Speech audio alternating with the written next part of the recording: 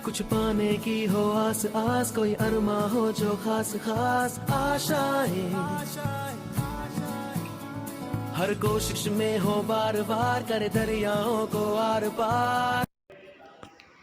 नमस्कार साथियों, आप लोग कैसे? उम्मीद करता हूं कि आप लोग अपनी पढ़ाई को कंटिन्यू कर रहे होंगे। यहाँ पर हम दिल्ली सल्तनत काल के बारे में जानेंगे और दिल्ली सल्तनत काल के अंतर्गत हम यहाँ पर गुलाम वंश के बारे में समझेंगे। ठीक है, तो चलिए शुरू करते हैं। जो भी महत्वपूर्ण पॉइंट कॉम्पिटिटिव एग्जाम की दृष्टि से बनेंगे उनके बारे में समझेंगे। हम आपको बता दें कि जो भी यहाँ पर हम डिस्कशन कर रहे हैं वो सभी NCERT पर बेस पर सभी क्वेश्चन आधारित हैं। तो चलिए देख लेते हैं। यहाँ पर लिखा हुआ है, पहले समझते हैं कि कुतुबुद्दीन ऐबक मोहम्मद गोरी का गुलाम था। ठीक है, तो ये आपको याद रखना है कि मोहम्मद गोरी का गुलाम कौन था? कुतुबुद्दीन ऐबक। गुलाम का मतलब होता है जिन लोगों को बेच दिया जाता था और जो लोग खरीदते थे उनको, तो वो उनको गुलाम बनाते थे। ठीक है, तो वही लिखा है कि कुतुबुद्दीन ऐबक जो था वो मोहम्मद गोरी का गुलाम था। उसने भारत में जिस राजवंश की स्थापना की उसे गुलाम वंश, स्लैव डायनेस्टी का कहते हैं। ठीक है, यानी गुलाम वंश का संस्थापक कौन है? कुतुबुद्दीन ऐबक है। ठीक है, और इस वंश ने 1206 से 1290 तक यानी 84 साल तक राज किया। यानी गुलाम वंश का शासन जो भारत में रहा 1206 से 1290 तक के बीच रहा। ठीक है, और इसका मतलब है कि 84 साल तक राज किया।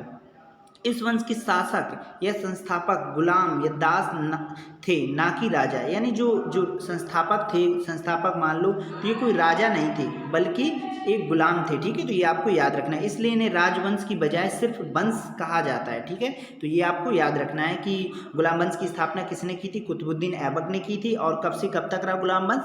1206 से 1290 तक रहा। ठीक है, तो ये पॉइंट क्लियर। अब हम बात करते हैं यहाँ पर जो महत्वपूर्ण शासक हैं गुलाम वंश के बारे में, उनके बारे में डिस्कशन करेंगे। ठीक है, तो यहाँ पर हम आपको बता दें कि हम कुतुबुद्दीन ऐबक के बारे में बात करेंगे, आराम शाह के बारे में, इल्तुतमिश, रुकनुद्दीन फिरोज शाह के बारे में बात करेंगे, रजिया सुल्तान के बारे में बात करेंगे, मुइजुद्दीन बराम शाह के बारे में बात करेंगे, अलाउद्दीन मसूद शाह के बारे में बात करेंगे, और नासिरुद्दीन महमूद के बारे में बात करेंगे, गयासुद्दीन बलबन के बारे में बात करेंगे। ठीक है, और यहाँ पर केकूबाद के बारे में बात करेंगे और शमसुद्दीन क्यूमर्स के बारे में बात करेंगे। ठीक है, तो चलिए शुरू करते हैं। तो यहाँ पर हम पहले सबसे प्रथम कुतुबुद्दीन ऐबक के बारे में बात करेंगे। ठीक है, तो यहाँ पर पहला पॉइंट हम देख लेते हैं। यहाँ पर क्या लिखा हुआ है कि कुतुबुद्दीन ऐबक दिल्ली सल्तनत का पहला सुल्तान था। ठीक है, तो आपको पहला याद रखना है कि कुतुबुद्दीन ऐबक दिल्ली सल्तनत काल का पहला सुल्तान था और इसी को दिल्ली गुलाम वंश का संस्थापक कहा जाता है। ठीक है, तो ये भी आपको याद रखना है।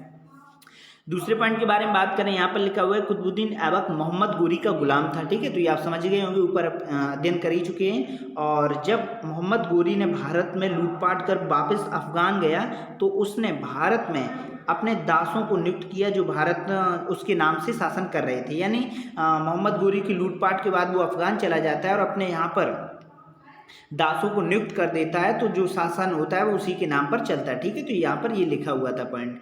अब हम बात करते हैं नेक्स्ट पॉइंट के बारे में। तो जो कुतुबुद्दीन ऐबक का शासन रहा है, कुतुबुद्दीन ऐबक का वो 1206 से 1210 तक रहा है, यानी 4 साल तक शासन किया। लेकिन गुलाम वंश, तो गुलाम वंश के अंतर्गत कुतुबुद्दीन ऐबक आता है, तो गुलाम वंश का जो शासन रहा वो 1206 से 1290 तक रहा। लेकिन कुतुबुद्दीन ऐबक ने शासन कब तक किया? 1206 से 1210 तक किया। ठीक है, और इनके बारे में बात करते हैं अगले कि राजरोहण, इनका जो राजरोहण किसने कब कहाँ किया? तो मोहम्मद गोरी की मृत्यु के बाद 25 जून 1206 ईस्वी में कुतुबुद्दीन ऐबक को अनौपचारिक रूप से राजरोहण लाहौर में हुआ और उसने लाहौर को अपनी राजधानी बनाया। ठीक है, तो ये भी आपसे यदि पूछा जाए कि कुतुबुद्दीन ऐबक ने अपनी राजधानी कहाँ पर बनाई थी, तो आपका राइट आंसर क्या होगा? लाहौर बनाई थी। ठीक है, तो ये आपको याद रखना है। और इनके गुरु के बारे में बात करें तो इनके जो कुतुबुद्दीन ऐबक के जो गुरु थे वो थे ख्वाजा कुतुबुद्दीन बख्तियार काका था। ठीक है, तो ये भी आपको याद रखना है। कई बार कॉम्पिटिटिव एग्जाम में पूछा भी गया है कि कुतुबुद्दीन ऐबक के गुरु का क्या नाम था, तो आपका राइट आंसर क्या होगा? ख्वाजा कुतुबुद्दीन बख्तियार काका थे। ठीक है, इनका गुरु के नाम था। ठीक है, और इनके प्रमुख योगदान बात कर लें कि कुतुबुद्दीन ऐबक का प्रमुख योगदान क्या रहा है, तो उसी के बारे में देख लेते हैं। दिल्ली सल्तनत की स्थापना, यानी इन्होंने दिल्ली सल्तनत की स्थापना की थी, ये एक पहला योगदान है। दूसरा आपको यह है कि दानवीर और उदार होने के कारण लाख वस्त्र के नाम से भी जाना जाता है। ये कई बार कॉम्पिटिटिव एग्जाम में पूछा भी गया है और अक्सर पूछा भी जाता है कि किस व्यक्ति को या किस शासक को लाख वक्स के नाम से जाना जाता है, तो आपका राइट आंसर क्या होगा? कुतुबुद्दीन ऐबक को जाना जाता है। यानी उदार होने के कारण और दानवीर होने के कारण इन्हें लाख वक्स के नाम से जाना जाता है। साहित्य कला का संरक्षक था, ये भी आपको याद रखना है कि कुतुबुद्दीन ऐबक साहित्य और कला का संरक्षक था। और अगले पॉइंट के बारे में बात करें तो यहाँ पर लिखा हुआ है कि फर्रुख मुद्दार और हसन निजामी उसके दरबार के प्रसिद्ध विद्वान थे। यदि आपसे पूछा जाए कि कुतुबुद्दीन ऐबक के दो प्रमुख विद्वान कौन थे उनके दरबार में रहते थे, तो आपका राइट आंसर क्या होगा, फर्रुख मुद्दार और हसन निजामी थे। ठीक है, तो ये पॉइंट क्लियर। और देख लेते हैं इन्होंने क्या क्या निर्माण करा है, उसके बारे में देख लेते हैं आधुनिक भारत की आज स्थिति में क्या है। तो दो प्रसिद्ध मस्जिद दिल्ली यानी कुबत उल इस्लाम और अजमेर का 2.5 दिन का झोपड़ा भी किसने बनवाया था, अलाउद्दीन खिलजी बनाया था। ठीक है, तो दो प्रसिद्ध मस्जिद कौन कौन सी थी, 2.5 दिन का झोपड़ा और कुबत उल इस्लाम था। ठीक है, तो ये दोनों मस्जिदें किसने बनवाई थी, अलाउद्दीन खिलजी ने बनवाई थी। अगले पॉइंट के बारे में बात करें तो यहाँ पर लिखा हुआ है अगला पॉइंट कि अपने गुरु ख्वाजा कुतुबुद्दीन बख्तियार काका की स्मृति में कुतुब मीनार का एक मंजिल निर्माण करवाया था, यानी एक ही मंजिल निर्माण करवाया, लेकिन उसकी मृत्यु हो जाने के कारण अधूरा काम रहा, जिसे फिर इल्तुतमिश ने पूरा कराया। ठीक है, तो ये भी आपको याद रखना है कि यहाँ पर 3 पॉइंट आपको याद रखना है कि कुतुबुद्दीन ऐबक ने कुतुब उल इस्लाम मस्जिद का निर्माण करवाया, 2.5 दिन का झोपड़ा का निर्माण करवाया और कुतुब मीनार का निर्माण करवाया, लेकिन जो अधूरा था क्योंकि उनकी मृत्यु हो गई थी। ठीक है, तो ये आपको याद रखना है। और देख लेते हैं उनके पॉइंट। अगले पॉइंट के बारे में बात करें तो यहाँ पर लिखा हुआ है कि जो उनके दामाद के बारे में बात करें तो इल्तुतमिश थे। ठीक है, तो ये भी आपको याद रखना है।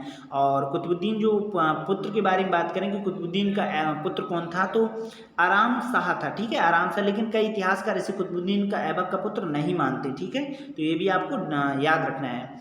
मृत्यु के बारे में बात करें तो नवंबर 1210 में लाहौर में चौगान क्या है, पोलो कहते हैं। ठीक है, उसे क्या कहते हैं, पोलो कहते हैं। चौगान खेलते समय घोड़े से गिर गए और जिस कारण मृत्यु हो गई। यानी 1206 से 1210 तक कुतुबुद्दीन ऐबक ने शासन किया, जिसमें उन्होंने कुतुब मीनार का निर्माण करवाया, 2.5 दिन का झोपड़ा का निर्माण कराया। ठीक है, तो ये आपको याद रखना है। अब हम बात करते हैं यहाँ पर अगले शासक के बारे में। तो यहाँ पर आराम शाह थे, उनके बारे में बात कर लेते हैं।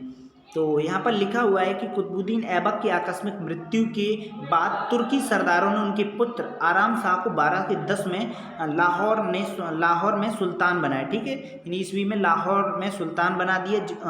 उसी बीच कुबाचा खिलजियों की आक्रमण से आराम शाह नियंत्रण नहीं कर सका, जिसके फलस्वरूप बदायूं के गवर्नर उस समय 1210 में बदायूं के गवर्नर कौन थे, इल्तुतमिश को कुतुबुद्दीन ऐबक का दामाद था, जो तुर्की सरदारों ने सुल्तान बनाना चाहा, जिसका विरोध आराम शाह ने किया और इल्तुतमिश ने आराम शाह को मारकर सत्ता पर अधिकार कर लिया। ठीक है, तो ये आपको याद रखना है कि कुतुबुद्दीन ऐबक का दामाद कौन था, इल्तुतमिश था। ठीक है, तो यानी वास्तविक रूप से 1210 के बाद शासन किसने किया, इल्तुतमिश ने किया। ठीक है, तो ये आपको याद रखना है। आपने हमारे साथ डिस्कशन करते रहिएगा, क्योंकि ये अक्सर प्रश्न कॉम्पिटिटिव एग्जाम में पूछे ही जाते हैं और बड़े ही डीपली तरीके से पूछे जाते हैं, जो आप आराम से आंसर बहुत ही कम लोग दे पाते। ठीक है, तो यहाँ पर हम इल्तुतमिश के बारे में बात करेंगे। जो इल्तुतमिश का शासनकाल रहा वो 1210 से 1236 ईस्वी तक रहा। ठीक है, तो उसके बारे में बात करते हैं।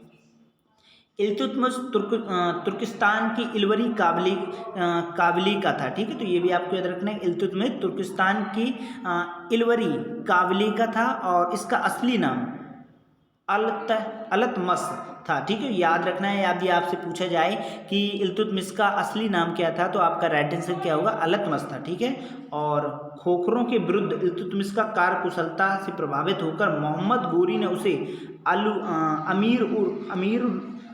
अमीरुल उमरा नामक महत्वपूर्ण पद दिया था और इसने 1210 में 1236 तक शासन किया और राजवंश के समय अनेक तुर्क अमीर उसका विरोध कर रहे थे। ठीक है, तो इनका कुछ महत्वपूर्ण योगदान थे जो आपने यहाँ पर डिस्कशन किया। असली नाम यदि आपसे पूछा जाए तो अलतमस था और इन्हें महत्वपूर्ण कौन सा पद दिया गया था मोहम्मद गोरी द्वारा, तो दिया गया था अमीर उल उमरा दिया गया था। ठीक है, तो ये भी पॉइंट आपको याद रखना है। यहाँ पर 3 ही पॉइंट बन रहे हैं कि उनका नाम क्या था, अलतमस था, कब से कब तक शासन किया, 1210 से 1236 तक। यानी कुतुबुद्दीन ऐबक के बाद यदि वास्तविक रूप से शासक कौन बना, तो राइट आंसर क्या होगा, इल्तुतमिश था। ठीक है, तो ये आपको याद रखना है।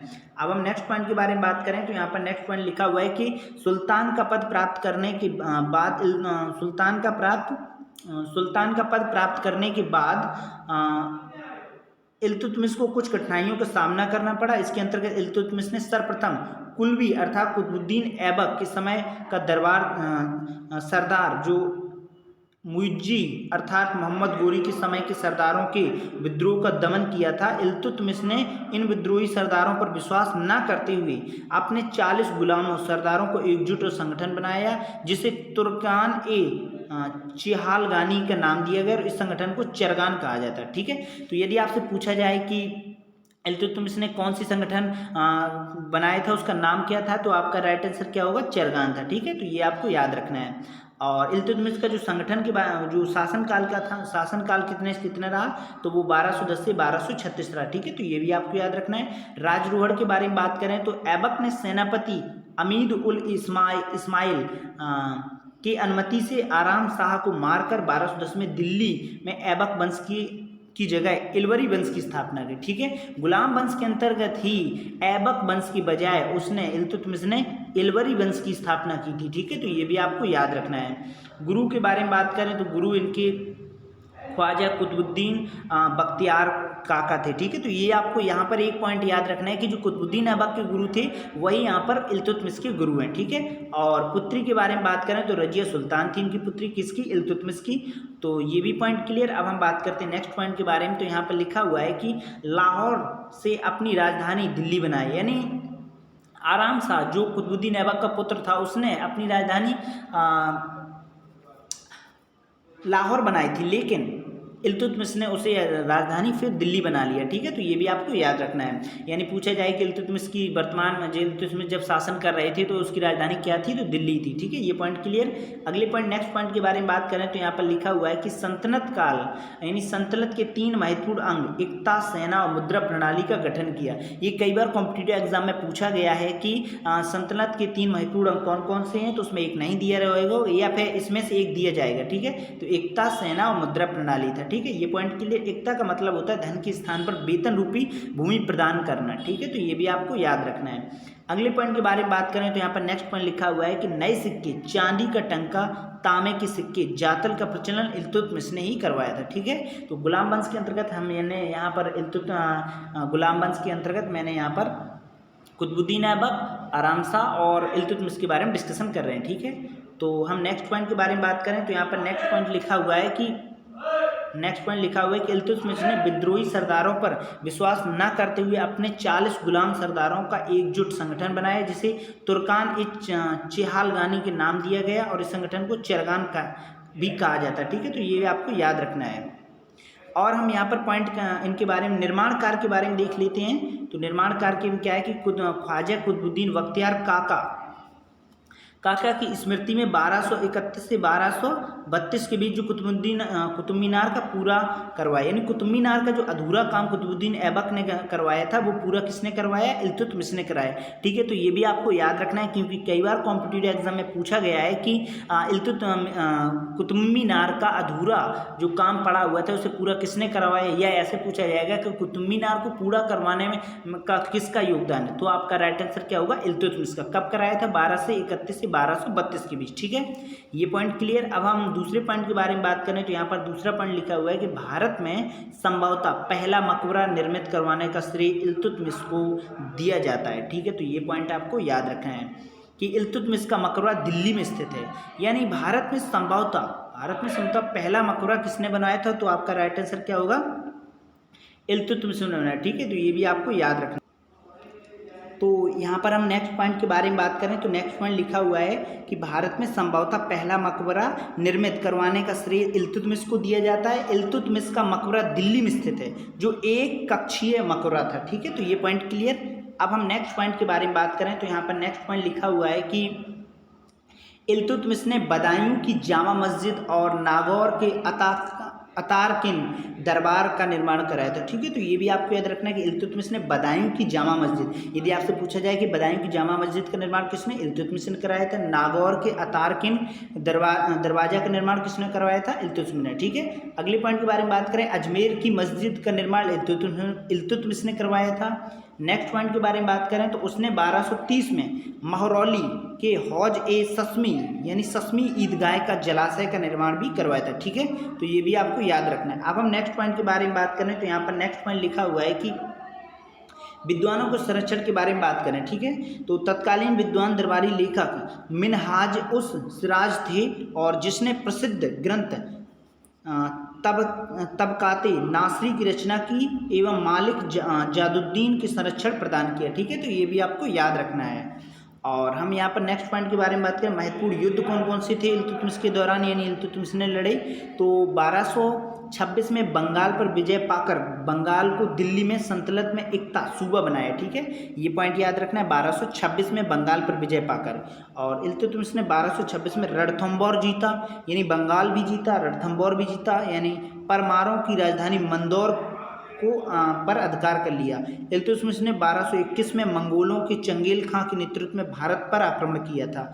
ठीक है, तो ये भी आपको याद रखना है कि मंगोलों ने चंगे खां के नेतृत्व में भारत पर आक्रमण किया था इल्तुतमिश के काल में। ठीक है, ये पॉइंट क्लियर है। हम बात करते हैं मृत्यु के बारे में बात करें तो यहाँ पर मृत्यु देख लेते हैं कि इल्तुतमिश की मृत्यु खोखरों के अभियान को दबाने के दौरान 1236 में मृत्यु हो गई थी। ठीक है, ये आपको याद रखना है। अब हम बात करेंगे यहाँ पर अगले शासक के बारे में। तो अगला शासक है रुकनुद्दीन फिरोज शाह के बारे में बात कर लेते, जो 1236 तक ही रहे। जिस प्रकार आराम शाह 1210 में ही शासन थोड़ा ही कर पाया और हट गया, उसी प्रकार से यहाँ पर रुकनुद्दीन फिरोज शाह भी कुछ समय तक शासन किया। रुकनुद्दीन शासक के बारे में देख लेते। रुकनुद्दीन फिरोज शाह दिल्ली सल्तनत गुलाम वंश का शासक था। 1236 में इल्तुतमिश की मृत्यु के बाद 1 साल से भी कम समय के लिए सत्तासीन रहा और इल्तुतमिश का सबसे छोटा बेटा था। ठीक है, तो ये भी आपको याद रखना है।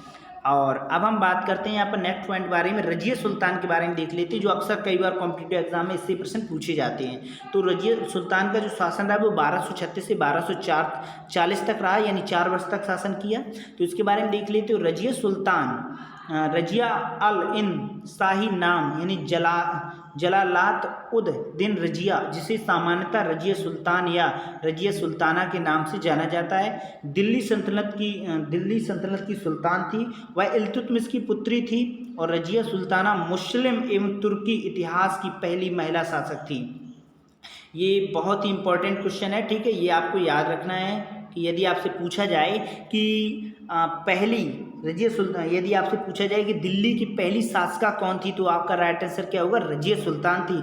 अंतिम पूछा जाए तब भी रजिया सुल्तान आपका राइट आंसर होना चाहिए। ठीक है, तो ये पॉइंट आपको याद रखना है कि इल्तुतमिश की पुत्री रजिया सुल्तान मुस्लिम एवं तुर्की इतिहास की पहली महिला शासक थी। ये आपको याद रखना है। और हमें मृत्यु के बारे में बात कर लेते हैं रजिया सुल्तान की। तो 1236 से 1240 तक इन्होंने शासन किया है। ठीक है, तो ये आपको याद रखना है। अब हम बात करें शासनकाल 1236 से 1240 तक रहा। राजरोड़ के बारे में बात करें तो राजरोड़ के बारे में देख लेते हैं। तो जनता के समर्थन में नवंबर 1236 में राजरोड़ किया गया। रजिया सुल्तान दिल्ली सल्तनत की पहली और अंतिम सुल्तान थी। ठीक है, तो ये आपको पॉइंट याद रखना है क्योंकि ये कई बार कॉम्पिटिटिव एग्जाम में पूछा भी गया है और ये वेरी वेरी इंपॉर्टेंट है कि दिल्ली सल्तनत काल की जो रजिया सुल्तान थी वो पहली और अंतिम महिला सुल्तान थी। ठीक है, ये आपको याद रखना है। और अगला पॉइंट है कि रजिया पुरुषों की तरह चोगा यानी काबा कुलाहा टोपी पहनकर राज दरबार में शासन करती थी। अगला पॉइंट लिखते हैं यहाँ पर कि रजिया अपनी राजनीतिक समझदारी और नीतियों से सेना तथा जनसाधारण पर ध्यान रखती थी। ठीक है, तो ये भी आपको याद रखना है। मृत्यु के बारे में बात करें तो रजिया सुल्तान की मृत्यु के देख लेते हैं। रजिया ने लाहौर के विद्रोह सफलतापूर्वक दबा दिया, मगर जब भटिंडा प्रशासन अल्तुनिया के युद्ध कर वह याकृत से दिल्ली जा रही थी तो 14 अक्टूबर 1240 को मार्ग में उसका वध कर दिया गया। यानी रजिया सुल्तान का जो मृत्यु की बात है तो उनकी मृत्यु किसी के वध द्वारा की गई। ठीक है, तो ये आपको याद रखना है। कब? अल्तुनिया से युद्ध कर वह याकृत दिल्ली जा रही थी तब उसका वध कर दिया। कब? 14 अक्टूबर 1240 में। ठीक है, अब यहाँ पर हम मुइजुद्दीन के बारे में बात कर लेते हैं। मुइजुद्दीन बहराम शाह के बारे में बात करते हुए 1240 से रजिया सुल्तान की हत्या कर उसके भाई मुइजुद्दीन बहराम शाह 1240 में सुल्तान सल्तनत पर अधिकार कर लिया। इसे तुर्की अमीरों ने नायब एवं मुवक्कलकत संरक्षक का पद बनाया था। ठीक है, तो ये भी आपको याद रखना है कि मुवक्कलकत का संरक्षक पद बनाया था। वह नाम मात्र शासक था, वास्तव में 40 ही शासन संभाल रहे थे। जो 40 लोगों का समूह बनाया गया था वही लोग संभाल रहे थे। और तुर्क अमीरों ने 1242 में बहराम शाह की हत्या कर दी। ठीक है, तो ये भी आपको याद रखना है। अब हम यहाँ पर नेक्स्ट पॉइंट के बारे में बात करें तो यहाँ पर जो अगले शासक हैं वो हैं अलाउद्दीन मसूद शाह। ठीक है, इनके बारे में बात करें तो अलाउद्दीन मसूद शाह का जो शासन रहा है वो रहा है 1242 से 1246 तक। ठीक है, इनके बारे में हम देख लेते हैं यहाँ पर। तो इनके बारे में पहला पॉइंट समझते हैं। अलाउद्दीन मसूद शाह तुर्की शासक था। पहला पॉइंट याद रखना है कि मसूद शाह तुर्की शासक था जो दिल्ली सल्तनत काल का 7वां सुल्तान बना और यह भी गुलाम वंश से था और रुकनुद्दीन फिरोज शाह का पुत्र था। ठीक है, तो ये भी आपको याद रखना है। और मुइजुद्दीन बराम शाह का पुत्र था। उसके समय नायब का पद गैर तुर्की सरदारों के दल नेता मलिक कुतुबुद्दीन हसन को मिला, क्योंकि अन्य पदों पर तुर्की सरदारों का गुट लोगों को प्रभुत्व था, इसलिए नायब पद पर कोई विशेष महत्व नहीं रह गया था। शासन का वास्तविक अधिकार वजीर मुहाजुद्दीन पास था और जो जाति और ताजिक यानी तुर्क गौर था। ठीक है, तुर्की सरदारों के विरोध परिणाम स्वरूप यह पद निजामुद्दीन अबू बकर को प्राप्त हुआ। ठीक है, और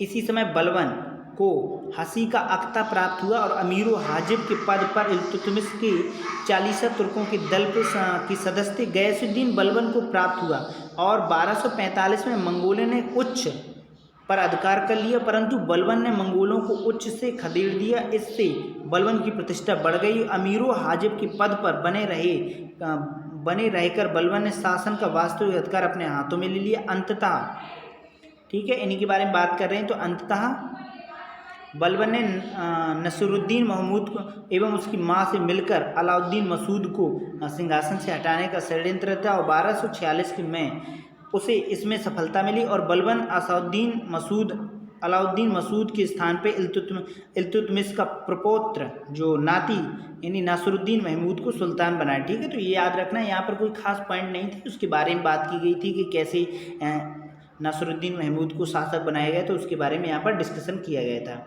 अब हम बात करते हैं यहाँ पर नसरुद्दीन शासक जो 1246 से 1266 के बीच रहा। नसरुद्दीन महमूद तुर्की शासक था जो दिल्ली सल्तनत का 8वां सुल्तान बना और यह भी गुलाम वंश से था। बलबन ने षड्यंत्र 1246 में सुल्तान मसूद शाह से हटाकर नसरुद्दीन महमूद को सुल्तान बनाया और बलबन ने अपनी पुत्री को विवाह नसरुद्दीन महमूद से करवाया और नसरुद्दीन मधुर और धार्मिक स्वभाव का व्यक्ति था। ठीक है, याद रखना है आपको।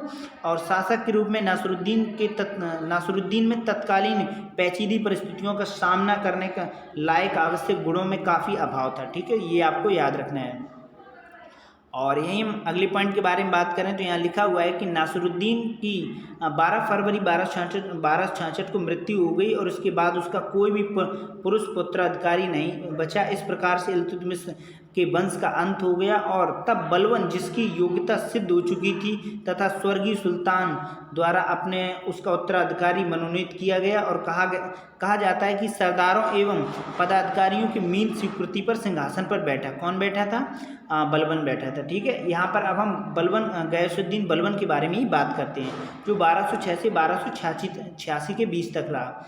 गयासुद्दीन बलबन इसका वास्तविक नाम बहाउद्दीन था। ठीक है, याद रखना है आपको। ये पॉइंट कई बार कॉम्पिटिटिव एग्जाम में पूछा गया है कि गयासुद्दीन बलबन का वास्तविक नाम क्या था, तो बहाउद्दीन था। ठीक है, याद रखना है। और हम अगले पॉइंट के बारे में बात करें। उसने 1266 से 1286 तक राज्य किया और गयासुद्दीन बलबन जाति से इलवरी तुर्क था। ठीक है, याद रखना, जाति से क्या था? इलवरी तुर्क था और बाल्यकाल से ही मंगोलों ने उसे पकड़कर बगदाद में बाजार में दास के रूप में बेच दिया और ख्वाजा जलालुद्दीन ने उसे अपने दासों में 1232 में दिल्ली आया और ठीक है उसने अपने खरीद लिया और फिर उसने 1232 में दिल्ली आया। इसने सबको सुल्तान इल्तुतमिश ने खरीद लिया। ठीक है, फिर इसने यानी यहाँ पर लिखा हुआ है, इस बात को पॉइंट कीजिएगा कि ख्वाजा जलालुद्दीन ने अपने अन्य दासों के साथ इसे 1232 में दिल्ली आया और इन सबको सुल्तान इल्तुतमिश को खरीद दिया। यानी उस समय 1200 के बीच लोगों को व्यापार किया जाता था, लोगों को बेच दिया जाता था, क्योंकि उनसे काम कराने के लिए उन्हें बेच दिया जाता था, काम यानी गुलाम बनाया जाता। ठीक है, तो वही पॉइंट यहाँ पर लिखा हुआ है। और फिर यहाँ पर देख लेते हैं, इन सब के सुल्तान इल्तुतमिश ने खरीद लिया। इस प्रकार बलबन इल्तुतमिश के चेहलागान नामक तुर्की दासक का प्रसिद्ध दल था। ठीक है, और उपाधि के बारे में बात करें तो उपाधि जिला इलाही था। और कार्य देख लेते हैं कि बलबन के प्रमुख कार्य क्या थे, उसके बारे में डिस्कशन कर लेते हैं। तो यहाँ पे लिखा हुआ है कि सुल्तान के पद पर बैठते ही चालीसा का प्रभाव जो समाप्त कर दिया गया और अपनी स्थिति मजबूत करने के लिए इल्तुतमिश ने परिवार के शेष लोगों को मरवा दिया। ठीक है, ये आपको याद रखना है। और अगले पॉइंट के बारे में बात करें, बंगाल के सूबेदार तुंगरिल खान ने 1276 में विद्रोह किया, जिसे क्रुद्ध होकर मरवा दिया गया। ठीक है, उसे भी मरवा दिया गया। बलबन के सिद्धांत क्या रहा, तो उसके बारे में बात करेंगे। बलबन का मुख्य सिद्धांत क्या, बलबन सुल्तान ने पृथ्वी पर अल्लाह का प्रतिनिधित्व मानता है। ठीक है, बलबन को पृथ्वी पर अल्लाह का प्रतिनिधित्व माना जाता है। ठीक है, ये पॉइंट आपको याद रखना है। दूसरा पॉइंट यहाँ पर लिखा हुआ है कि उसके अनुसार सुल्तान जिले अल्लाह अर्थात ईश्वर की परछाई है। ठीक है, यानी उसके अनुसार सुल्तान जिले अल्लाह अर्थात ईश्वर की परछाई। ठीक है, तो ये भी आपको याद रखना है, कुछ मुख्य विशेषता थी उनकी। यहाँ पर देख लेते हैं कि बलबन के द्वारा रचित प्रचलित नियम क्या थे, उसके बारे में देखते हैं। बलबन के द्वारा चलाए गए जो नियम कौन कौन से थे, तो वो पहला नियम था कि सामान्य लोगों से सुल्तान नहीं मिल सकता है। दूसरा पॉइंट है कि सिक्कों पर अपना नाम खुदवाया और खुतबा के खलीफा से नाम पढ़वाया गया था। ठीक है, ये भी आपको याद रखना है। दूसरा पॉइंट लिखा है कि उच्च वंशाय लोग पदाधिकारी पर बनाया जाता है, इन उच्च वंशाय लोगों को पदाधिकारी बनाया जाएगा और वह एकांत में रहता था और हर्ष और शोक से विचलित नहीं होता था। शराब पीना और मनोरंजन कार्य बंद कर दिए थे। ठीक है, तो किसके शासनकाल में, यानी बलबन के शासनकाल में। ठीक है, उसने राज दरबार में जिद्दा और पैबोस की प्रथा प्रारंभ की थी। कोई भी होठों पर मुस्कुराहट नहीं ला सकता है, यानी उसने सख्त आदेश दिया था कि कोई भी व्यक्ति अपने होठों पर मुस्कुराहट नहीं ला सकता है। तो देखते हैं कि इनके समकालीन शासक कवि कौन कौन थे, तो अमीर खुसरो थे। ठीक है, याद रखना है, तूतीय हिंद कहा जाता है, और अमीर हसन थे। दोनों पॉइंट आपको याद रखना है कि बलबन के शासनकाल में कौन से समकालीन उनके कवि थे, तो राइट आंसर क्या है, अमीर खुसरो और अमीर हसन। ठीक है, मृत्यु के बारे में बात करें तो यहाँ मृत्यु के बारे में डिस्कशन कर लेते हैं कि 1286 में मंगोली संघर्ष में अपने ज्येष्ठ पुत्र के मारे जाने के शोक में उनकी मृत्यु हो गई। अब हम यहाँ पर बात करते हैं कैकुबाद की, देख लेते हैं। कैकुबाद का जो 1286-1290 तक रहा। ठीक है, तो ये याद रखना है, जो शासन कैकुबाद का रहा वो रहा 1286-1290 तक। बलबन अपनी मृत्यु के पूर्व में अपने जेठ पुत्र को अर्थात पौत्र कैखुसरो को अपना उत्तराधिकारी नियुक्त किया था, लेकिन दिल्ली के कोतवाल फखरुद्दीन मोहम्मद ने बलबन की मृत्यु के बाद कूटनीति द्वारा कैखुसरो को सुल्तान की सूबेदार देकर कैकुबाद को दिल्ली की राजगद्दी पर बैठाया। कैकुबाद अथवा कैकोबाद 1286-1290 तक शासन किया। 17 से 18 वर्ष की अवस्था में दिल्ली की गद्दी पर बैठा और बैठ गया था। कैकुबाद ने गैर तुर्क सरदार जलालुद्दीन खिलजी को अपना सेनापति बनाया। ठीक है, और जिसका तुर्क सरदारों ने बुरा प्रभाव पड़ा। तुर्क सरदार बदला लेने की बात सोच रहे थे कि कैकुबाद को लकवा मार गया और लकवे के रोगी बन जाने के कारण कैकुबाद प्रशासनकारों का असक्षम यानी अक्षम हो गया। ठीक है, तो यहाँ पर पॉइंट हमने कैकुबाद के बारे में बात की। और अंतिम पॉइंट के बारे में बात करें, जो अंतिम पॉइंट यहाँ पर लिखा हुआ है समुद्दीन क्यूमर्स के बारे में देख लेते हैं। तो लिखा हुआ है कि समुद्दीन क्यूमर्स भारत में गुलाम वंश का अंतिम शासक था और कैकुबाद को लकवा मार जाने के कारण वह प्रशासन कार्यों में पूरी तरीके से असक्षम रहा और प्रशासन कार्यों में उसे अक्षम देखकर तो सरकारों ने उसे 3 वर्षीय पुत्र समुद्दीन क्यूमर्स को सुल्तान घोषित कर दिया। और कालांतर में जलालुद्दीन फिरोज खिलजी ने उचित अवसर देखकर समुद्दीन का वध कर दिया और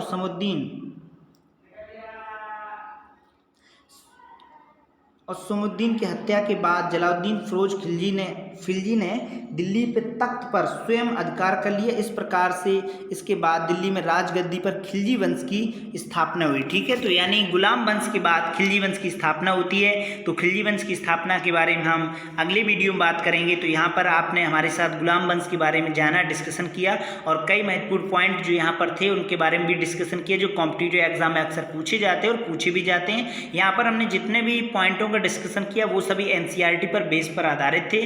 तो चलिए फिर मिलते हैं एक नए टॉपिक नया टॉपिक वो खिलजी वंश होगा और खिलजी वंश के बारे में जानेंगे कि क्या क्या महत्वपूर्ण पॉइंट रहे। तो फिर मिलते हैं नई वीडियो में, तब तक के लिए नमस्कार।